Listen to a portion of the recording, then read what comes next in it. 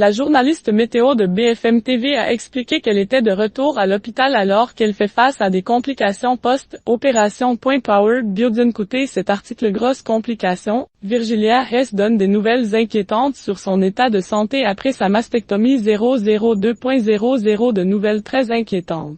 Jeudi 3 avril 2025, en story de son compte Instagram, Virgilia Hess a partagé une photo d'elle, sur un lit d'hôpital, avec une perfusion dans le bras. Pour rappel, la journaliste météo de BFM TV a subi une double mastectomie au sein de l'Institut Curie afin d'éviter une récidive de son cancer du sein, dont elle a été diagnostiquée lorsqu'elle était enceinte de sa fille Léna Rose. Alors qu'elle avait annoncé être en rémission en juin 2024, elle a préféré mettre toutes les chances de son côté en prenant la difficile décision de la double mastectomie. Après avoir partagé, le 29 mars 2025, des photos la montrant avant et après l'opération, toujours le sourire aux lèvres, il semblerait que le post-opératoire ne se déroule pas du tout comme prévu.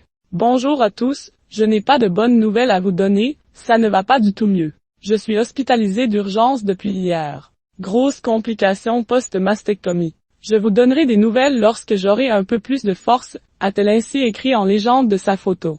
Virgilia Hess, j'utilise l'humour comme une arme pour tenir le coup après avoir dû faire face au cancer et pris la décision difficile de subir une mastectomie. Virgilia Hess pensait qu'elle serait enfin tranquille pour pouvoir profiter de sa fille. C'était sans compter sur des complications post-opératoires. Et pourtant, lorsqu'elle avait annoncé avoir été opérée, elle semblait aller bien, physiquement en tout cas. Même si j'utilise l'humour comme une arme pour tenir le coup, je ne vais pas vous mentir, ce n'est pas simple et c'est une décision vraiment lourde, aussi douloureuse physiquement que psychologiquement, bien que j'ai eu la chance de bénéficier d'une reconstruction immédiate avec des prothèses.